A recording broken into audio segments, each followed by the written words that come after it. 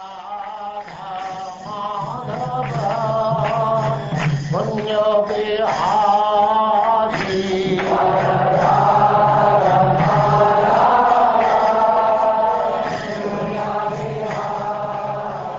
now Chapter 27, Understanding Material Nature.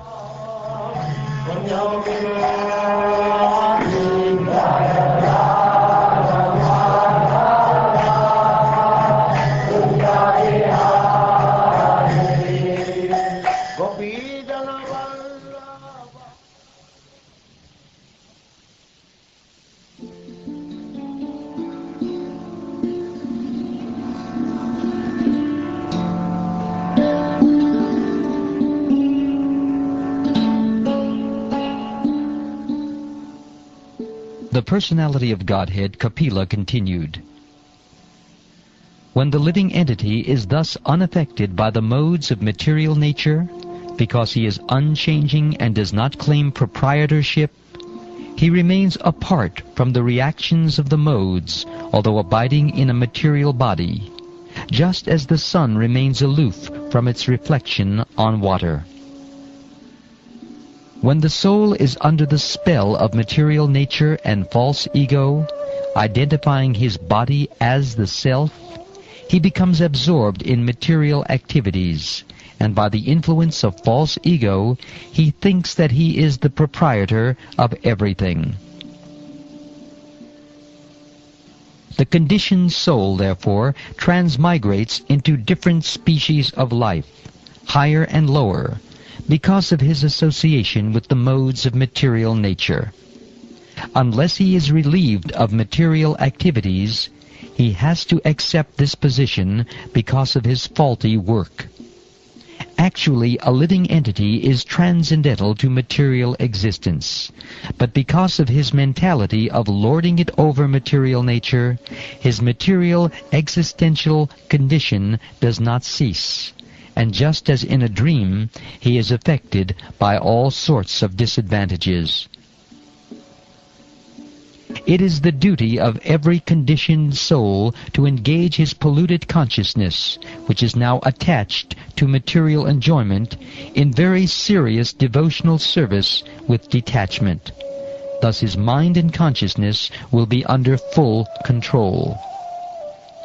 One has to become faithful by practicing the controlling process of the yoga system, and must elevate himself to the platform of unalloyed devotional service by chanting and hearing about me. In executing devotional service, one has to see every living entity equally, without enmity towards anyone, yet without intimate connections with anyone. One has to observe celibacy, be grave, and execute his eternal activities, offering the results to the Supreme Head. For his income, a devotee should be satisfied with what he earns without great difficulty. He should not eat more than what is necessary. He should live in a secluded place, and always be thoughtful, peaceful, friendly, compassionate, and self-realized. One's seeing power should be increased through knowledge of spirit and matter, and one should not unnecessarily identify himself with the body, and thus become attracted by bodily relationships. One should be situated in the transcendental position, beyond the stages of material consciousness, and should be aloof from all other conceptions of life. Thus, realizing freedom from false ego, one should see his own self just as he sees the sun in the sky. A liberated soul realizes the absolute personality of Godhead, who is transcendental, and who is manifest as a reflection even in the false ego. He is the support of the material cause, and he enters into everything. He is absolute, one without a second, and he is the eyes of the illusory energy. The presence of the Supreme Lord can be realized just as the sun is realized first as a reflection on water, and again as a second reflection on the wall of a room, although the sun itself is situated in the sky. The self-realized soul is thus reflected, first in the threefold ego, and then in the body, senses, and mind. Although a devotee appears to be merged in the five material elements, the objects of material enjoyment, the material senses, and material mind and intelligence, he is understood to be awake and to be freed from the false ego.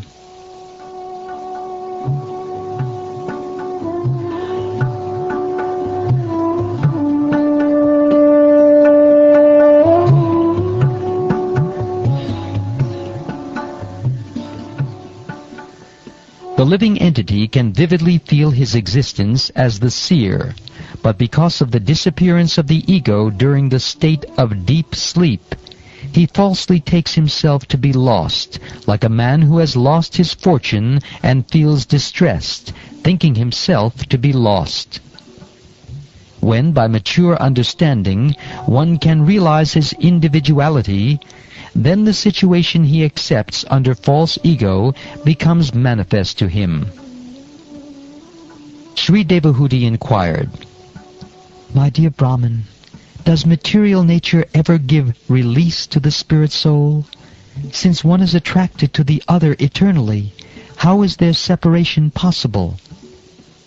As there is no separate existence of the earth and its aroma, or of water and its taste, there cannot be any separate existence of intelligence and consciousness. Hence, even though he is the passive performer of all activities, how can there be freedom for the soul as long as material nature acts on him and binds him? Even if the great fear of bondage is avoided by mental speculation and inquiry into the fundamental principles, it may still appear again, since its cause has not ceased."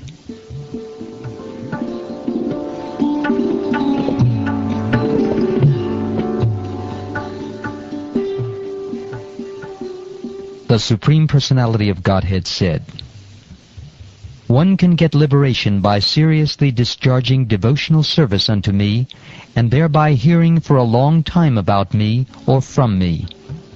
By thus executing one's prescribed duties, there will be no reaction, and one will be freed from the contamination of matter." This devotional service has to be performed strongly, in perfect knowledge, and with transcendental vision. One must be strongly renounced, and must engage in austerity, and perform mystic yoga in order to be firmly fixed in self-absorption. The influence of material nature has covered the living entity, and thus it is as if the living entity were always in a blazing fire. But by the process of seriously discharging devotional service, this influence can be removed, just as wooden sticks which cause a fire are themselves consumed by it.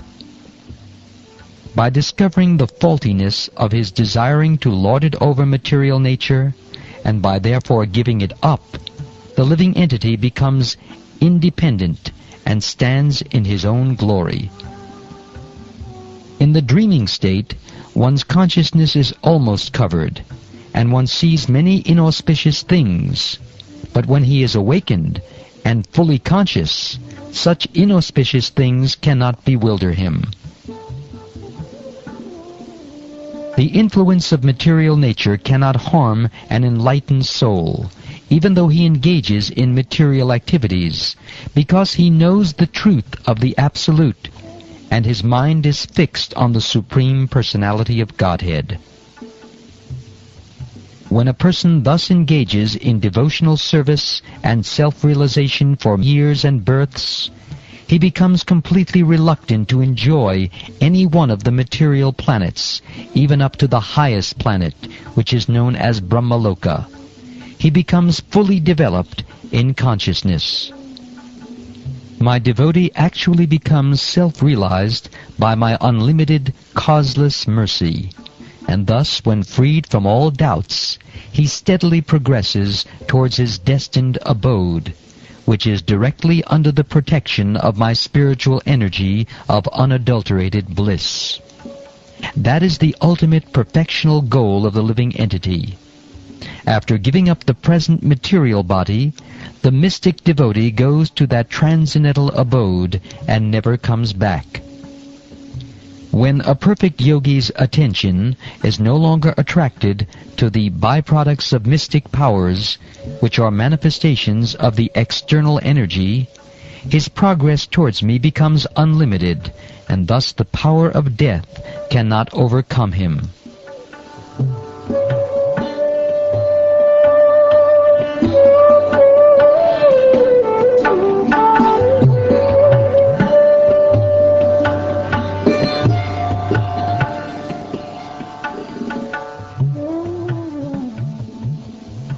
Thus ends Chapter 27 of the third canto of the Srimad Bhagavatam, entitled Understanding Material Nature.